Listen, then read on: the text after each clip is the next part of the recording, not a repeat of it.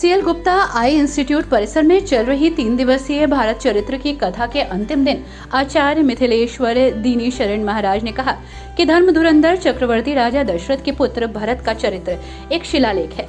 भरत चरित्र का तात्पर्य मूल्यों के समक्ष मनोरथों का विसर्जन है, यानी भरत होना और भाई भरत होना त्रिलोक्य का एक अद्भुत प्रतिमान है। प्रजा का यही तो भगवान श्री राम करते हैं। कोई राजा नहीं, कोई अनुशासन नहीं। अयोध्या वासियों की है। धर्म के अनुरूप जो हो, कल्याण के लिए जो हो, वो सब आप लोग करो और मैं आपको टोकने नहीं आऊँ। भगवान श्री राम ने कहा है, आप मुझे टोक दें, मैं कुछ गड़बड़ करूँ तो। जो अनीति कछु भाखों भाई, तो मोहि भरजेहु भय बिसराई। यहाँ कोई राजशक्ति नहीं, कोई भय नहीं, कोई आतंक नहीं। सब स्वतंत्र हो करके अपनी रुचि और बोध के अनुसार सदाचार का पालन करें।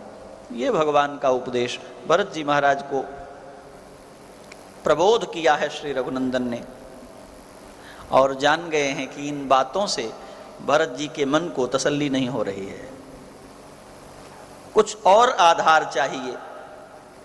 क्या करें, क्या इनको दिया जा सकता है।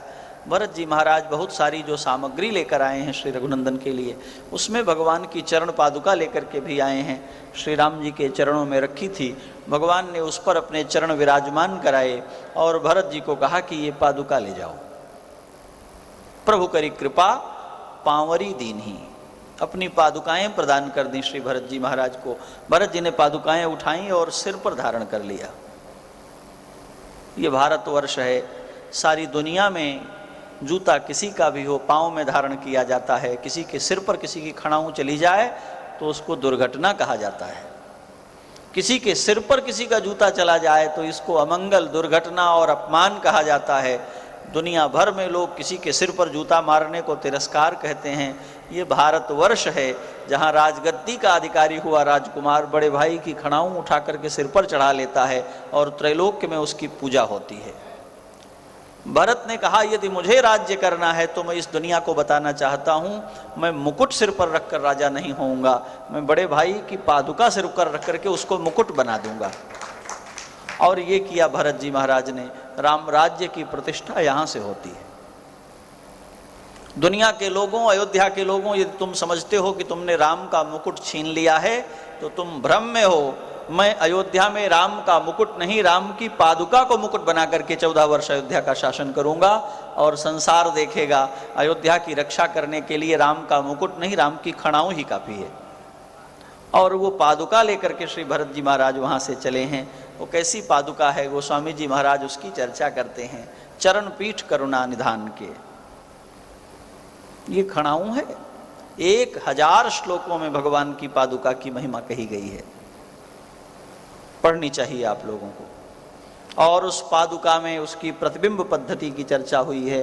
उस पादुका की चर्चा करते हुए, उसकी प्रार्थना करते हुए कहा कि हे मणि पादुके, तुम्हारी विशेषता क्या है। कहा विशेषता यह है कि आर्त की रक्षा करने के लिए सपदि प्रवीण। वहीं आचार्य ने भरत चरित्र की मीमांसा में इसके विविध रूप उद्घाटित किए। बताया कि सत्कर्म पारायण अयोध्यावासी ये प्रत्यक्ष देखते हैं कि सभी तरह से युक्त होने के बाद भी प्रभु श्री राम भाई भरत की भक्ति के सम्मुख नतमस्तक है। वहीं अनुष्ठान में चित्रकूट के पीठाधीश्वर आचार्य लवलेश आनंद, अयोध्या के संत विज्ञानंद मौजूद रहे।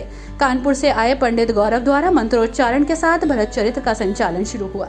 मुख्य आयोजक शिखा गुप्ता और राघव गुप्ता द्वारा संतों और महापुरुषों का टीका और पुष्प अर्पण कर स्वागत हुआ। इस दौरान जिला पंचायत अध्यक्ष डॉक्टर शेफाली सिंह और डीपीओ डॉक्टर अनुपमा शांडिल्य विशेष रूप से मौजूद रहीं।